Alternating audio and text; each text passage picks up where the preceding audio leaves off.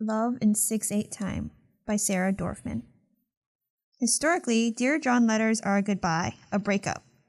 Often these letters are sent to a loved one away at war. They are often abrupt, seemingly out of nowhere, making a breakup painfully official. There is simply no turning back. My letter to you, on the other hand, Dear John, varies from that by volumes. Like those other authors, I hope this letter reaches you safely and that you are well. I, like many writers of Dear John letters before me, have indeed thought a long while before writing. And yes, you are so far away. However, this is a Dear John letter in name only, dear one. My feelings stretch not only across the miles, but across time, more than a century. And unlike so many who have written letters like this one before, I will never tell you I have met someone else, for you have always been the only man for me. As absurd as it would sound to my friends and family, you have always been the man of my dreams. And that's just it, dear John. I've always longed for a portal, be it a chute, a ladder, an expressway, or a police call box, some way to bridge the gap between us.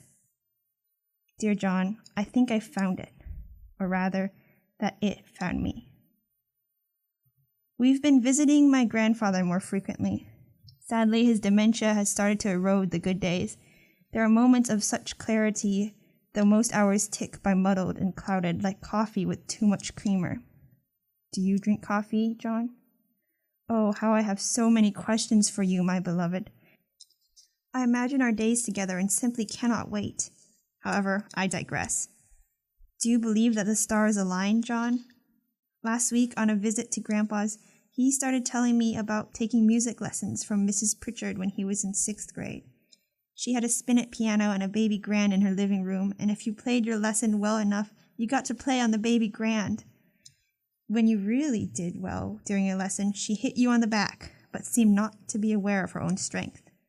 He told me all about how she was a band director at various school districts in the area, where her house was, and all kinds of other details I was shocked he could remember. But then the real cymbal crash arrived. She once played in a band guest directed by John Philip Sousa. I'm still gobsmacked. This was the portal I was looking for. The connection. The alignment. Of course, everyone knows I've adored you since I was young.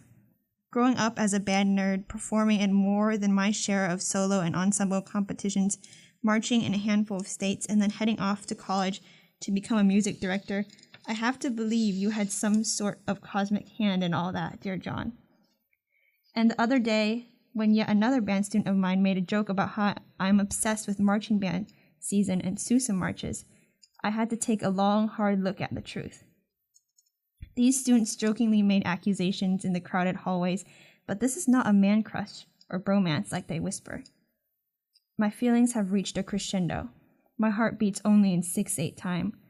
I simply must find a way to bring you to me. I no longer want to simply picture us side by side. I want to introduce you to everyone as my one true love. It is time for my coming out story to begin. Dear John, it will be epic. Picture this. It's always the dead of Wisconsin winter when I first bring out the sheet music to prepare my students for the upcoming marching band season. Can you imagine it, John? All those kids just waiting to hear what I have to say next. I tell them we have a special guest. And then, my dear John, you could walk out of the equipment room and stand next to me there at the front of the middle school band, reaching over for my conducting baton and call the students to attention. Flutes, clarinets, saxophones, and even the tubas all fully engaged and ready to dive into Homeward Bound and Our Flirtation, 2 numbers that have never been part of my 7th and 8th grade band's repertoire, but that they could certainly play to celebrate our own personal triumph of time. A song with denser scoring than most of your marches, dear John, but I have some very talented trumpeters and clarinetists, and I know they'll want to celebrate us. Oh, John, but how to get you here? I do feel a portal has opened with my grandfather's story.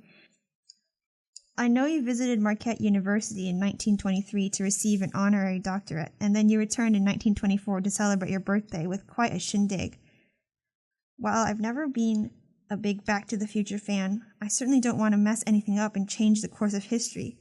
And how can I worry about getting my hands on a DeLorean when all I want to do is get my hands on you?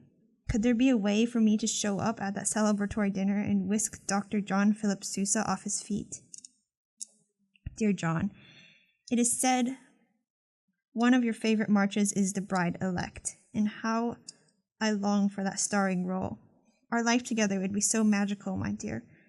I picture us downstairs in the kitchen on a Sunday morning, you at the table doing the New York Times crossword puzzle, looking over the top of your pince-nez spectacles at me while I make jokes and flip flapjacks, all the while tending to the bacon in the oven. I can almost hear you humming your latest operetta under your breath. Our love was written in the stars, my sweet. We're like the time-crossed lovers rather than star-crossed, and I tell myself that ensures a storybook ending. It can never be a two-bit Romeo and Juliet tragedy. I've carried this torch for so long, John. Meet me at the train station in Milwaukee, my love. Your birthday celebration in that fine city is ready to be relived 100 years later. I've seen the newspaper clippings from that night and know about your warm public reception, the presentation by the mayor, and various musical performances with local musicians. Your banquet will be beautiful and lively, the perfect time to sneak away out of the spotlight and into my arms. I believe that 1924 and 2024 have the power of the rarest astronomical events, much like the transit of Venus that inspired your march. However, dear John, Venus be damned. There will be nothing inferior about our conjunction.